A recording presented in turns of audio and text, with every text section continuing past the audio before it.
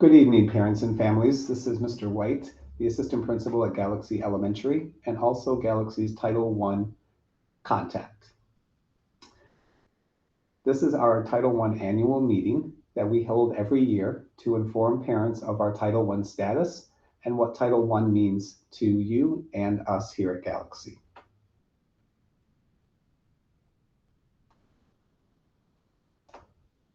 The purpose of our meeting this evening is to talk to you about Title I and the different programs that support you and your child and teachers here at Galaxy.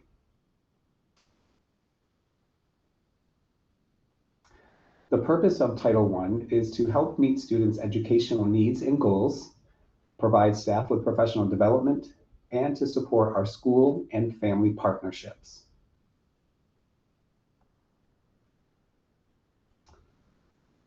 We are a Title I school because of the percent of students that are eligible to receive free and reduced price lunches.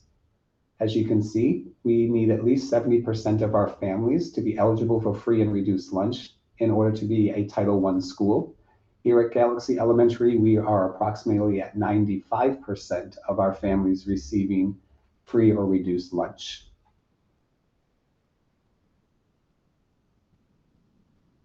Because we are a Title I school, we get additional funds that we use to support teachers, students, and families. These funds are in addition to what the district provides each of the schools within our county.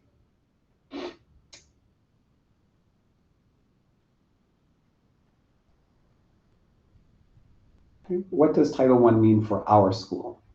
Well, parents have rights to be informed and involved in many of the decisions that we make throughout the year.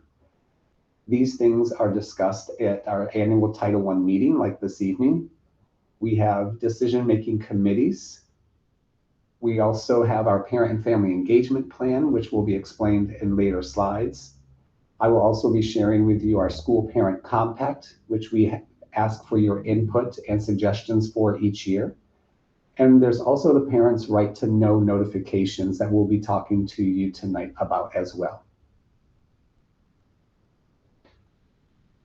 Remember, Title I benefits all of us, our students, our teachers, and families.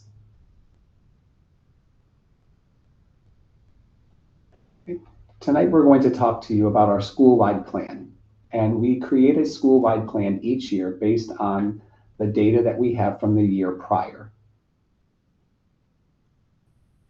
This year, we have a reading interventionist that we have purchased to support our school-based team process. We have 2 single school culture coordinators. One, Ms. Brown, is going to be used this year to help facilitate our professional learning communities, or PLCs, where teachers come together to plan every other week. We're also using Mrs. Brown to help support our teachers in building capacity in their reading instruction. Our second single school culture coordinator, Mrs. Bickle, is also going to be helping facilitate PLCs and support teachers in building their capacity in their math and science instruction. We have other funded positions like academic tutors that are going to be working with small groups of students to provide reading intervention and to help bridge that learning gap that some of our students are experiencing. We are continuing this year with our parent liaison, Mrs. Denson, that's going to be helping the homeschool connection, working with our attendants to help increase those initiatives to provide support for our families.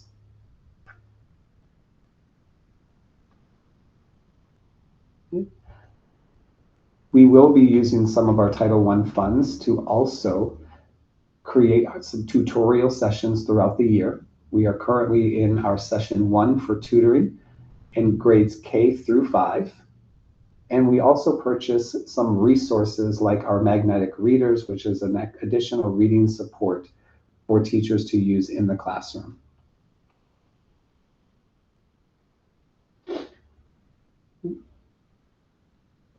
We have professional development days that we will also be using our Title I funds to support teachers. And those professional developments will be occurring about 3 times throughout the course of this school year. We want to focus also on the importance of family engagement as well. Here, this is research that has proven over many years that when parents and families are engaged in their child's learning, that students are much more likely to earn better grades, do better on their assessments, attending school on a regular basis, being able to adapt to changes much easier, have better social skills within their peers, and also be promoted to the next grade level, higher graduation rates, and a higher percent of students that will continue their education after high school.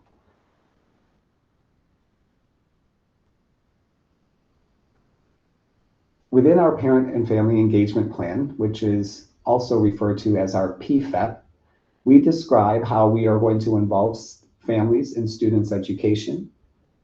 We ask for and seek input from our families during stakeholder meetings. We provide updates in our monthly SAC meetings that happens the first Wednesday of each month. And there's also our PFEP summaries of all of this information that are sent home with our students in languages including English, Spanish, and Haitian Creole. You can also find our summaries on our school district webpage with a lot of our Title I compliance documents as well. I can show you what our family engagement plan looks like. This is a document that you can find on our on our Galaxy webpage. We list our mission statement, how we have accessibility for all families. We're going to be describing the engagement activities that will be provided throughout the year to hopefully have parents attend. And we also explain to you how we are going to communicate, how we use volunteers, and what our plan is to have a successful school year. When you receive this, you can print it and sign and send it back into school and send it to Mr. White.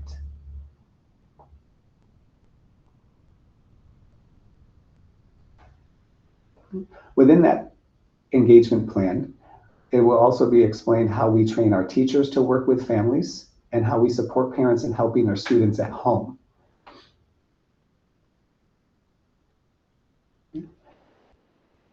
We have 3 parent trainings planned for this school year. Our first is our SEL, or social emotional learning support in the home, where we will have a presentation explaining to parents some of simple strategies and techniques that can be used on a daily basis at home to help increase communication between parents and students. We will have another parent training on our benchmark literacy.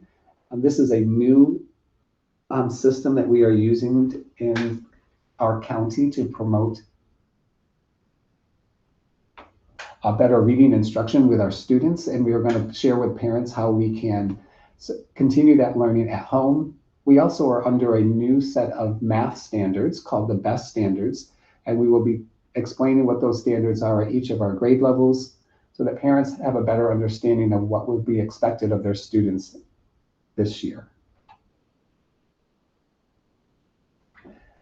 Each year we work with creating a school parent compact. This compact helps keep all of us responsible for the learning and the progress of each of our children. It will show us the responsibilities of us here at the school, responsibilities that we expect of our parents, and also responsibilities that we expect from our students.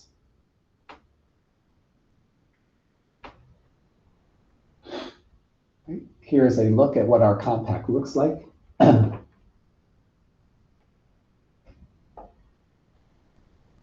We start with our academic goals for the school year.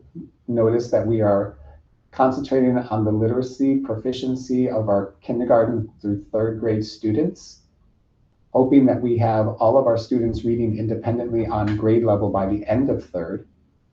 We're also going to be concentrating on the proficiency in math, reading, and writing. And now we have our list of expected responsibilities for each of the three components. So the school has a set of responsibilities, parents have a set of responsibilities, and our students. This compact should be shared with you by your child's teacher. You can request a copy if you haven't received one already when you come in for a parent-teacher conference. And again, this document can also be found on our school district website under Title I.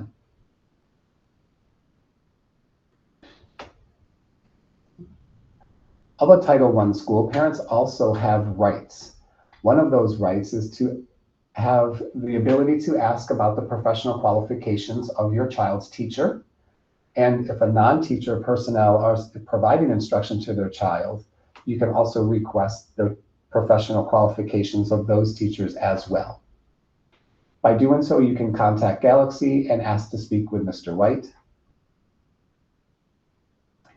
Families must be informed of if their child is being taught for 4 or more weeks by a teacher who does not meet the certification requirements for the grade level or subject being taught. And you also have the right to request how your child has performed on state tests. In the past, FSA.